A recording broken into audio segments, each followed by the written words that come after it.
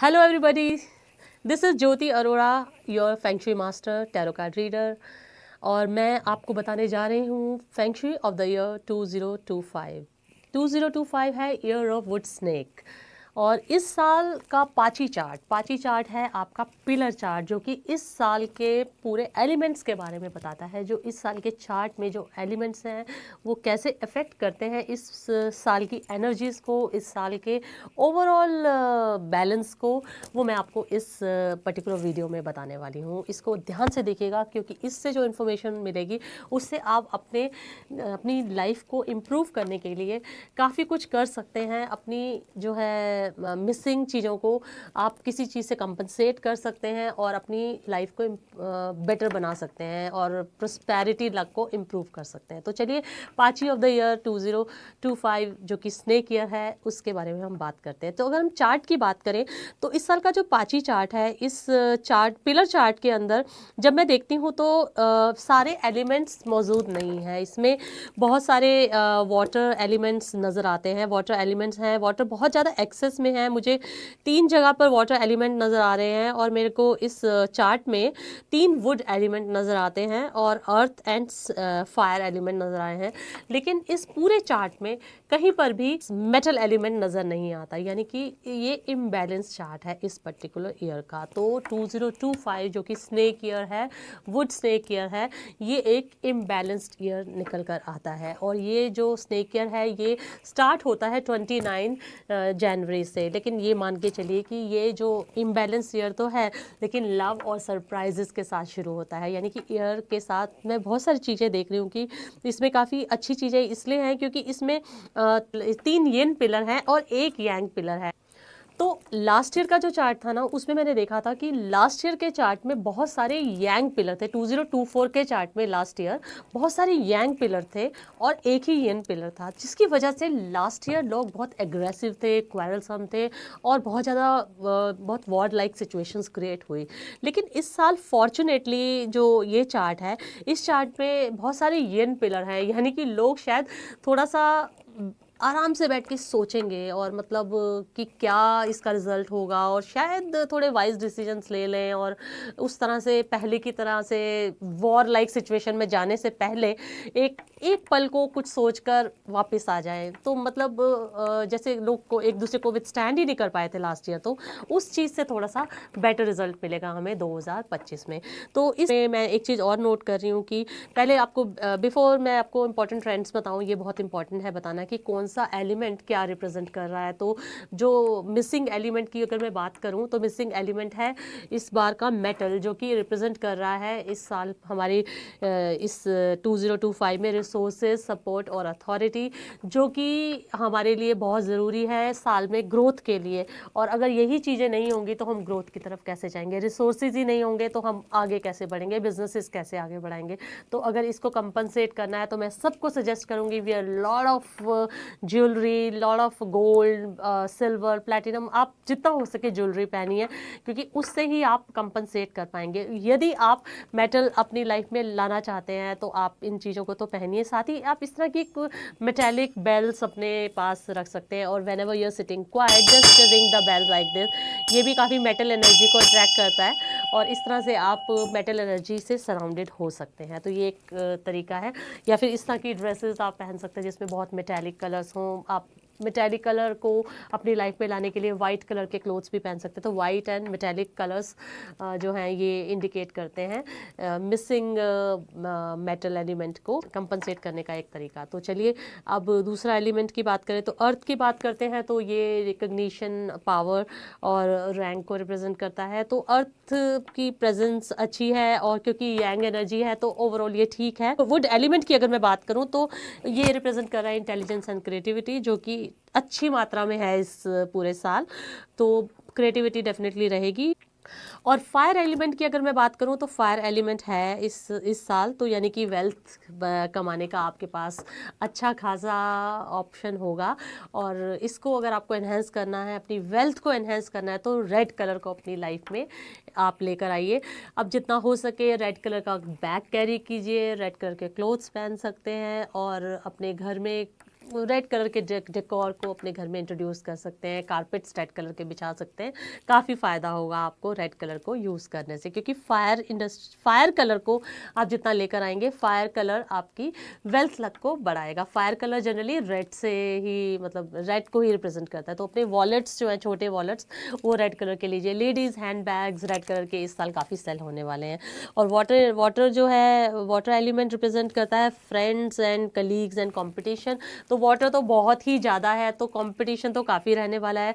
दोस्त भी बनेंगे, दोस्त के साथ दुश्मन भी बनेंगे, कंपटीशन भी होगा। ये सब चीज़ें एक्सेस में होगी, तो मतलब ये इन एलिमेंट्स का है। तो चलिए, ये तो हो गया कि कौन सा एलिमेंट क्या रिप्रेजेंट करता है। तो अब हम आते हैं इस साल पाची के इम्पॉर्टेंट ट्रेंड्स के बारे में। तो अब टू मच ऑफ वुड है इस पूरे चार्ट में, मैंने देखा वुड बहुत ज़्यादा है। तो इसकी वजह से मैं एक बात आपको बता दूं कि लोगों में वरी और एंग्जाइटी की प्रॉब्लम काफ़ी ज़्यादा हो सकती है, चाहे वो ऑफिस में हो, चाहे वो घर में हो। लोग चिंता में रहेंगे, चिंता का कारण बनेगी छोटी छोटी बातें। अच्छा, वेल्थ एलिमेंट काफ़ी ज़्यादा में है, चाहे वो इनडायरेक्ट वेल्थ हो, लेकिन उसकी वजह से प्रॉफिट आपका होता रहेगा। देखिए, वाटर एलिमेंट काफ़ी ज़्यादा है, वाटर ची काफ़ी ज़्यादा है। ये इसकी वजह से ये एक ऐसा साल इंडिकेट करता है जिसकी वजह से मैंने आपको बताया कि फ्रेंड्स भी बनेंगे, फोर्स भी बनेंगे और कंपटीशन भी होगा। तो कंपटीशन डेफिनेटली काफ़ी ज़्यादा रहने वाला है। तो मैं अगर ये बोलूँ कि एक वीक एलिमेंट जो है, सेल्फ एलिमेंट जो है, ये सजेस्ट करता है कि इस साल आपको बहुत सोच समझ के अपने दोस्त चूज़ करने हैं। अच्छा, एक बात और है, क्योंकि वाटर एलिमेंट काफ़ी ज़्यादा है, तो इस वाटर एलिमेंट काफ़ी ज़्यादा होने की वजह से लोग जो है ना, बहुत जल्दी किसी भी डिफ़िकल्ट सिचुएशन में अगर होंगे भी, कोई अगर फाइट भी हो रही होगी या कोई अगर वॉर लाइक सिचुएशन की भी अगर मैं बात करूं, जैसे अभी हो रहा है, लोग कॉम्प्रोमाइजिंग सिचुएशन में जल्दी आ जाएंगे। कोई अगर थोड़ा सा भी मीडिएशन करेगा उनके बीच में, तो कॉम्प्रोमाइज़ हो जाएगा।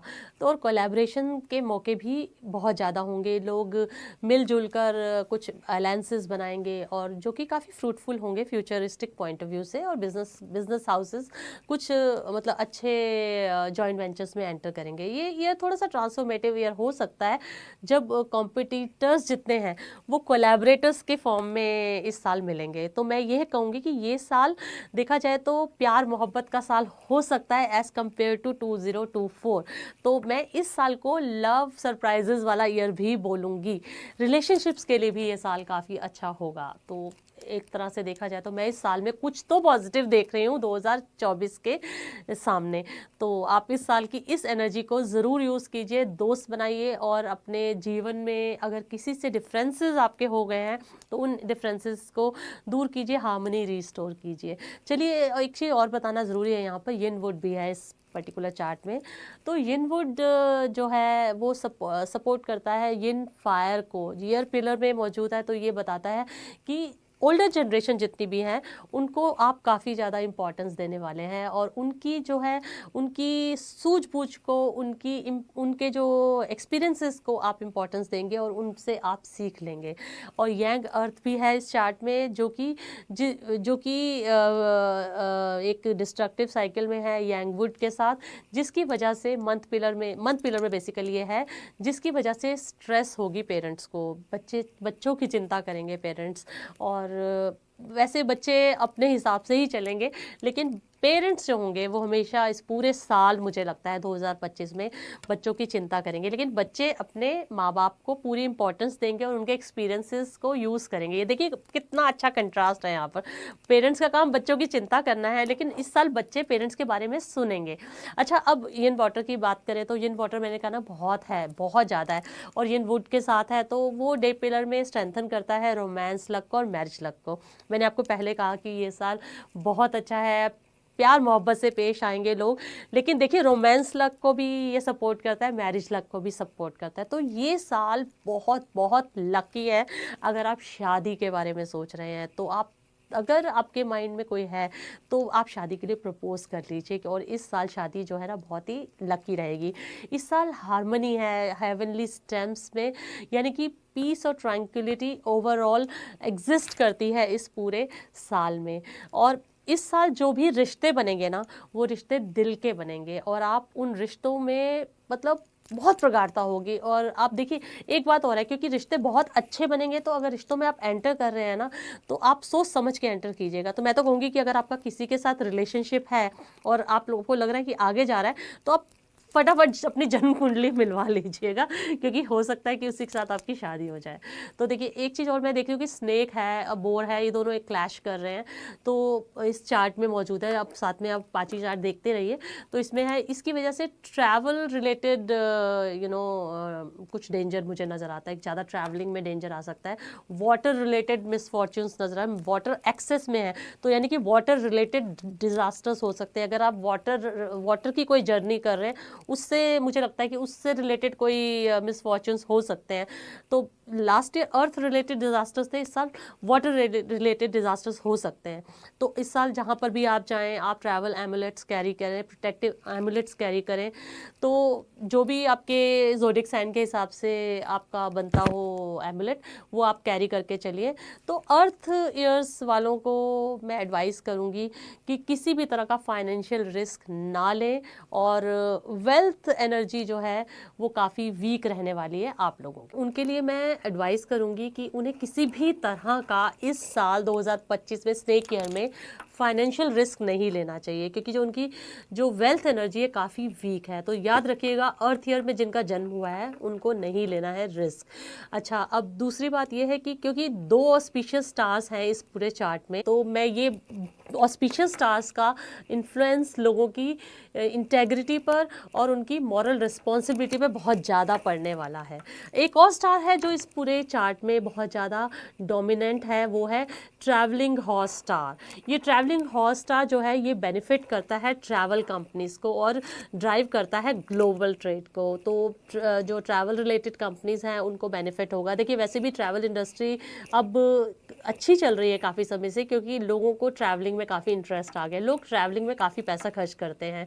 तो गोल्डन कैरेट स्टार भी है इस पूरे चार्ट में, जो कि टेंजिबल रिवॉर्ड्स देगा उन लोगों को जो हार्ड वर्क करते हैं और जिनके अंदर धैर्य है, परसिवरेंस है, उन लोगों के लिए मैं स्पेशली बोलूँगी।